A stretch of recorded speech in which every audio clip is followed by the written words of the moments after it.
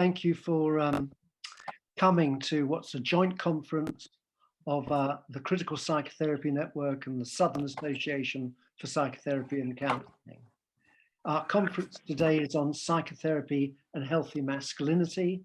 It's got a strap line, a rather long one, exploring our values and what stops us thinking about them when working psychotherapeutically with increasingly unstable notions of masculinity.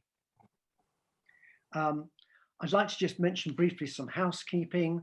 The conference is being recorded, other than for our small group meetings.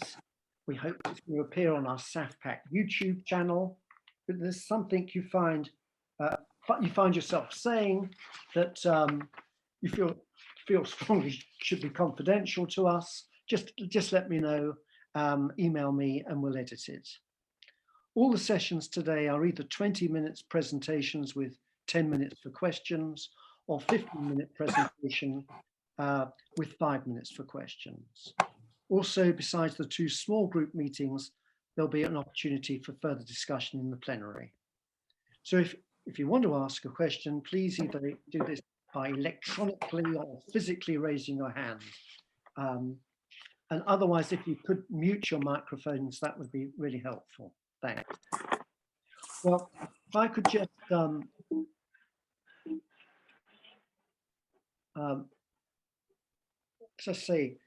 say our conference, I found this I felt summed up what we hope the conference will be.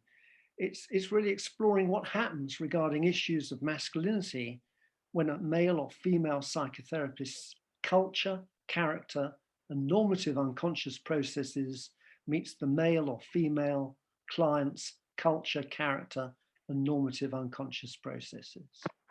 Well, before going further into that, I just give a couple of quick plugs for the two organizations that are jointly providing this conference.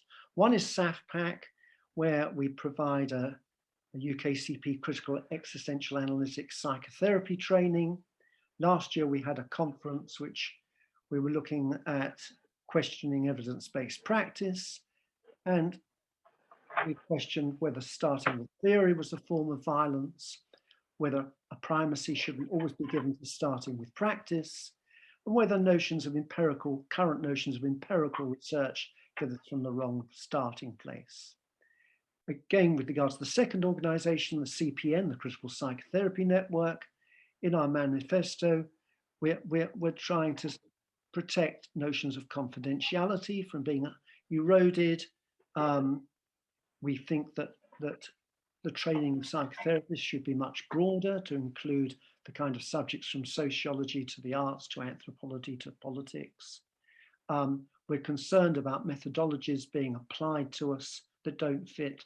Physis vicis is what comes out of itself. We're concerned about state interventions and psychiatry threatening what we're doing. We think we should be looking at our own sexuality and violence, and hence the conference today. And we are concerned about a cult of individualism that overshadows the common good. We hope to work more publicly outside the consulting room to increase this discourse and affect future trainings. Well, back to the conference itself, psychotherapy and healthy masculinity. And could I just ask Charlie Calra to mute his mic?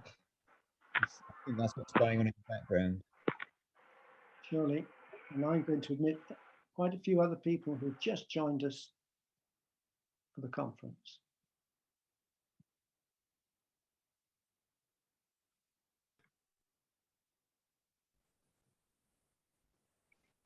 And I'm going to try and get back to my slides.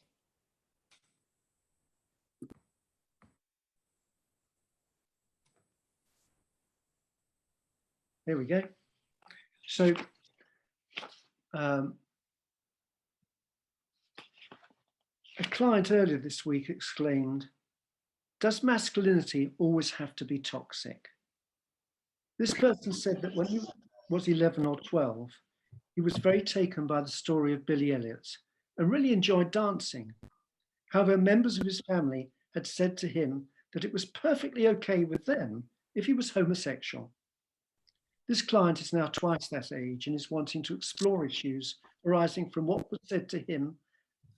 And there's the question of how do I respond therapeutically?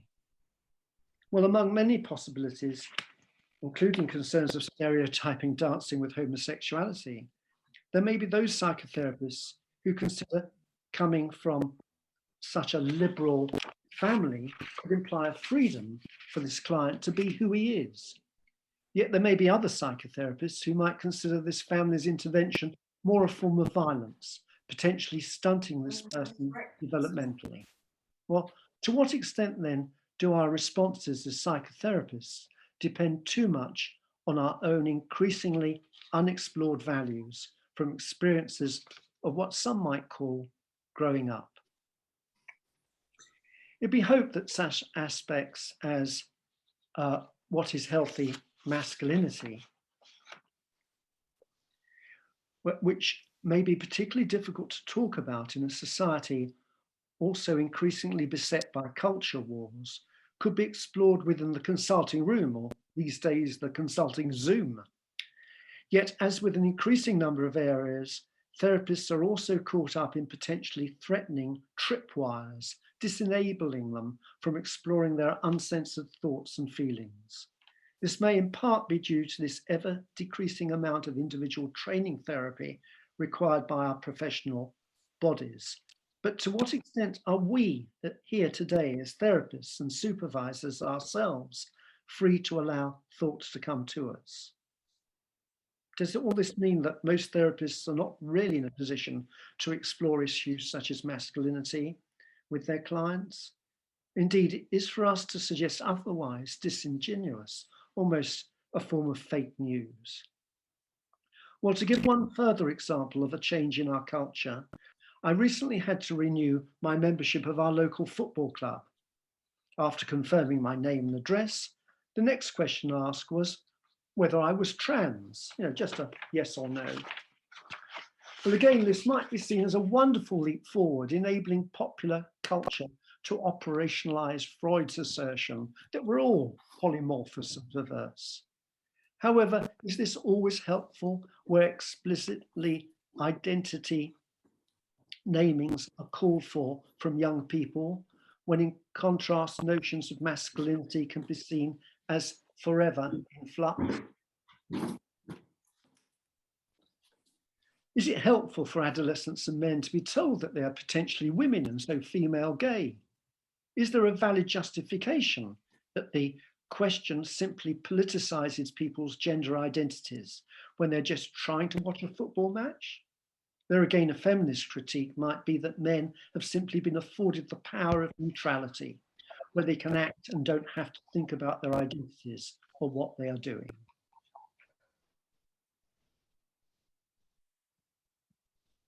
Well, what then are our values as psychotherapists regarding different notions of masculinity? Furthermore, what stops us thinking about them? And what are the implications for ourselves and our clients? Well, such questions are perhaps even more pertinent, and yet again made more difficult by the news this Thursday in the UK that an off-duty police officer pretended to be on duty and handcuffed, raped and killed an innocent young woman. Does the increasing public awareness of male aggression make it even more difficult for the psychotherapist to sometimes encourage clients perhaps to describe their violent fantasies in the hope that this will stop them being acted out? Well, this conference explores our responses to ideas of masculinity and whether our thinking and talking about masculinity is inhibited and indeed prevented by cultural, social, and intellectual forces. How then does new knowledge about masculinity, with, for example, the growing public perception of a crisis in the lives of boys and men, impact on us as psychotherapists?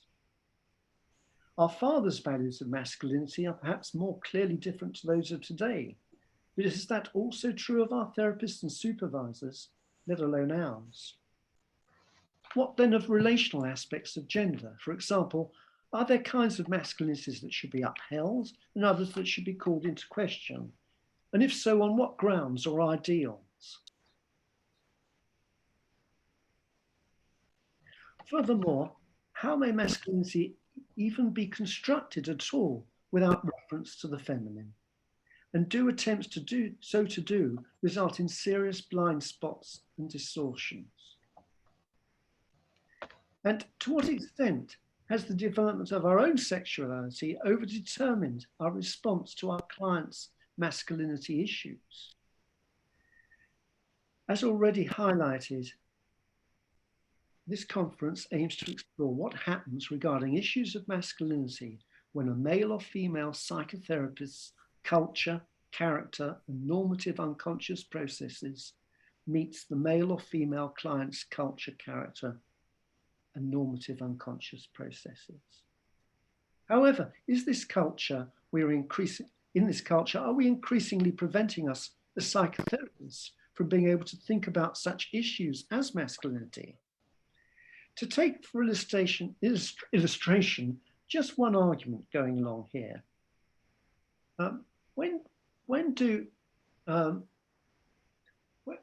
When do such contemporary concepts as social justice, identity politics, and intersectionality help or hinder explorations of masculinity? Well, there's this chap called Douglas Murray that some of you will have come across, who, according to Wikipedia, is a British author and political commentator and an associate editor of the conservative-leaning British political and cultural magazine, The Spectator. What he writes is that the postmodern created a grand narrative vacuum that is being filled in with the interpretation of the world through the lens of social justice, identity group politics, and intersectionalism. Probably, he says, the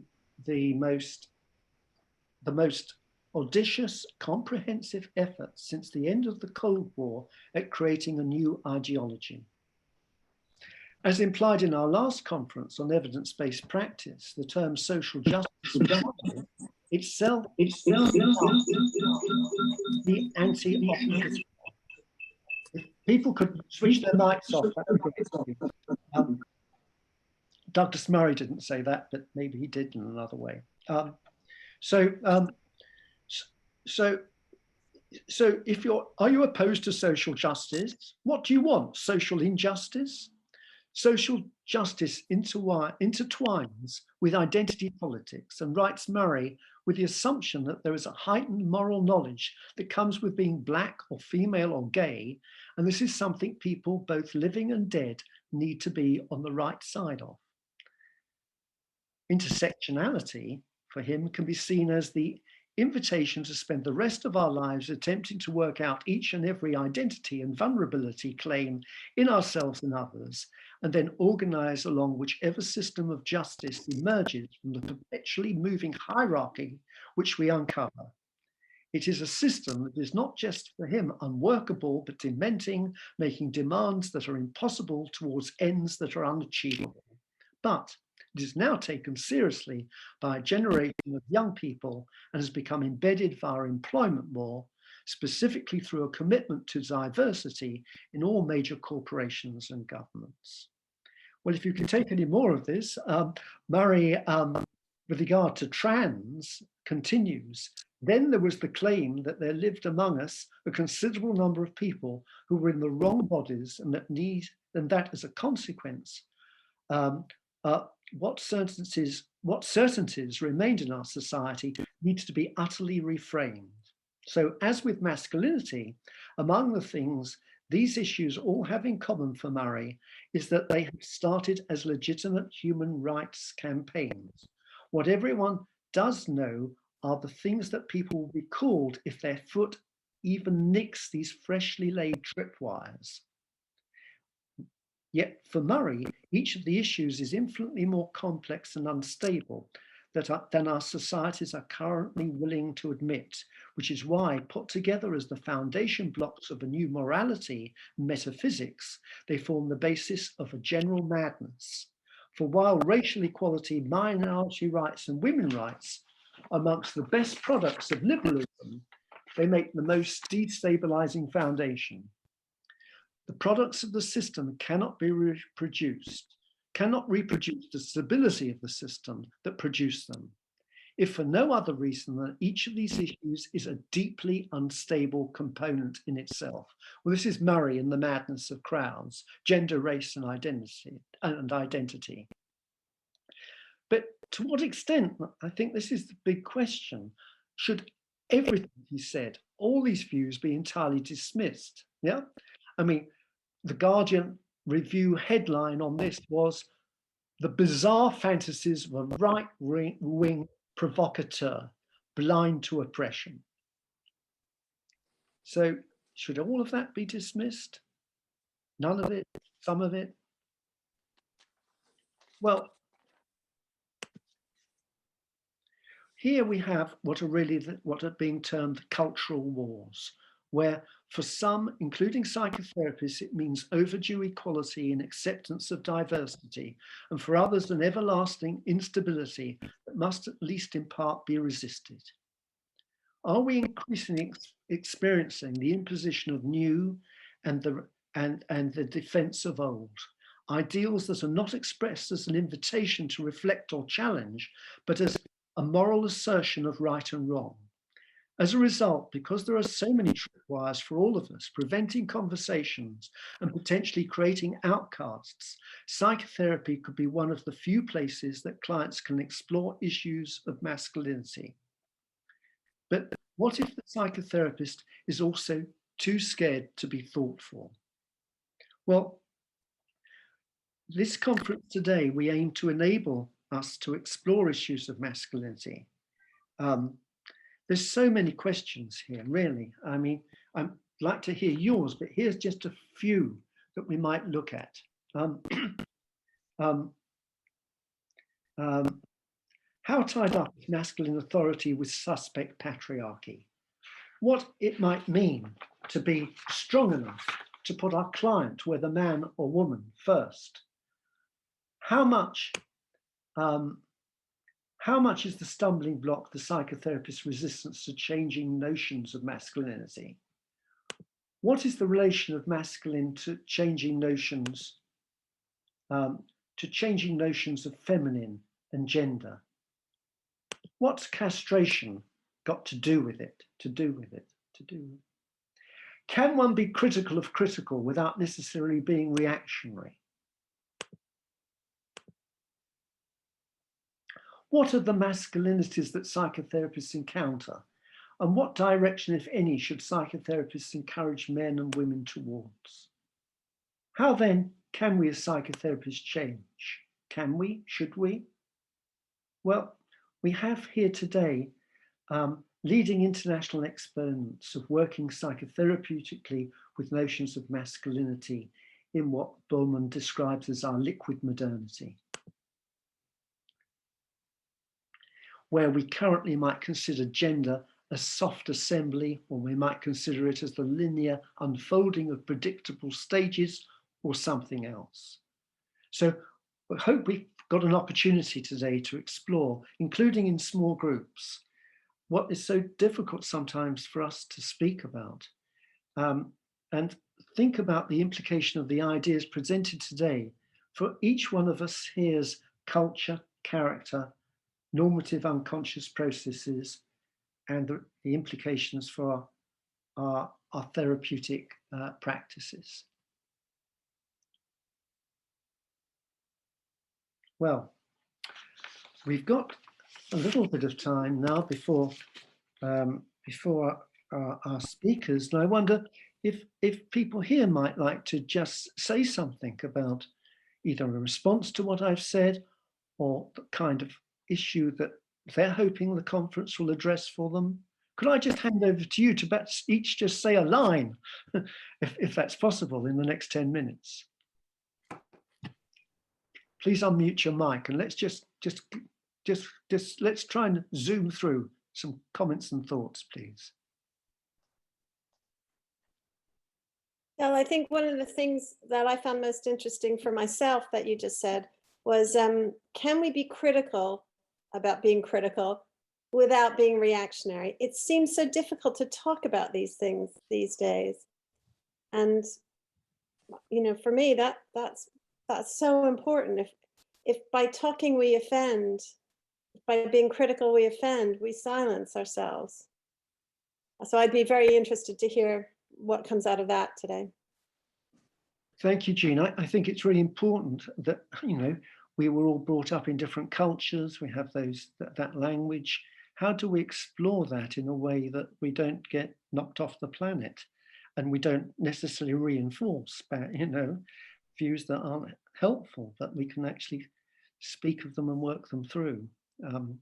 Thank you. I'd like to say critical traditionally means at the service of emancipation. And Douglas Murray's points don't strike me as critical, but they do strike me as reactionary. What came to, sorry, Manu, have you finished? Thank you. Yeah, what Jean was saying, it came to my mind as well, because it was, I feel almost like speechless, because anything I could think of saying about this topic or related topics, it will be somebody out there in the world who might find it offending. Whether it is through translation or direct interpretation of what I said, not necessarily what I meant. And that's what I find very, I'm curious about, obviously, this forum here today, but also what other tripwires is this forum itself going to pose on us? Because, yeah, there is a bit of a, I feel speechless.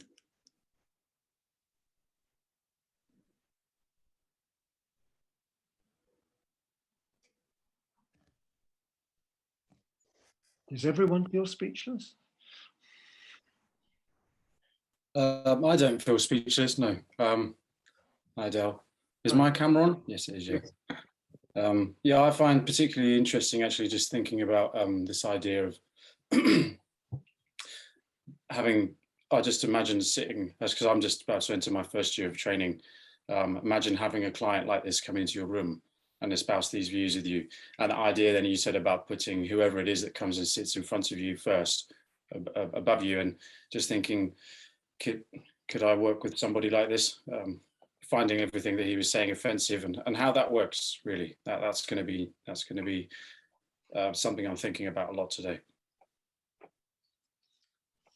Offended, but not speechless. What I have that comes up is something in the language. One of my clients talks a lot, and another one actually, about what it means to be a man and manning up. And they're almost concepts that I, as a woman, maybe I should have, don't really have, you know, that man up, or what does it mean to be a man? It seems like there's a confusion in that, really, as if there's something to be living up to that. Yeah, I don't have that in the same way.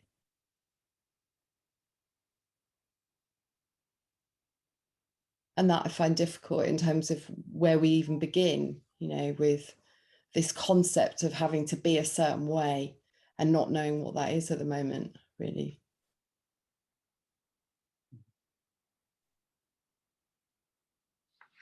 I'm going to find it interesting, because really I would like to hear all these ideas and things, because I'm sitting with a client at the moment who used very offensive, to me, very offensive language about homosexuality, and it'd be, and of course I find it offensive from my point of view, and it would be so interesting to hear how other points of view are about what you can say and not say about these things. So I will really find that interesting today.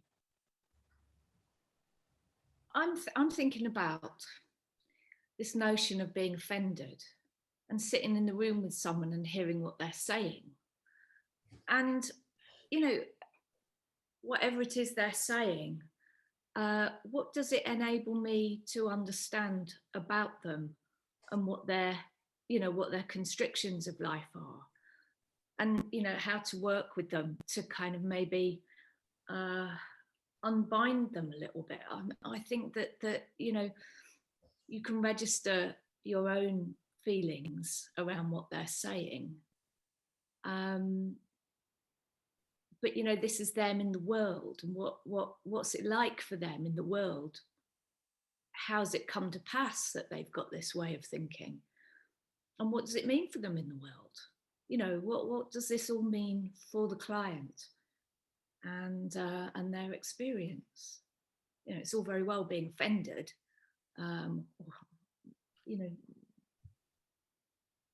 but is it more about hearing what's going on for the client instead of being preoccupied with our offence? I started with a new supervision group a week ago, and 2 of us offended a peer supervisee in our use of language around gender issues, not deliberately, but out of ignorance. And I guess that was an aspect of Dell's introduction, really. How are we placed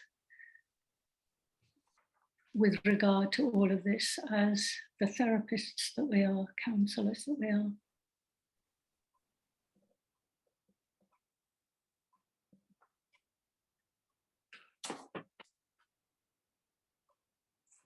For me, what is important is, as a psychoanalytic practitioner, is to encourage free speech and to move beyond notions of what is right and wrong to a constructive notion of curiosity, and being curious about what is happening instead of advocating right, wrong, black and white notions. So I very much believe that the fact that someone can be rendered speechless is a result of that attitude, of this extreme polarization that we witness at the moment. Instead of encouraging free speech and actually finding out, being curious about what is happening in someone else's life. So I would think that, for me, free speech is the aim of therapy and democracy.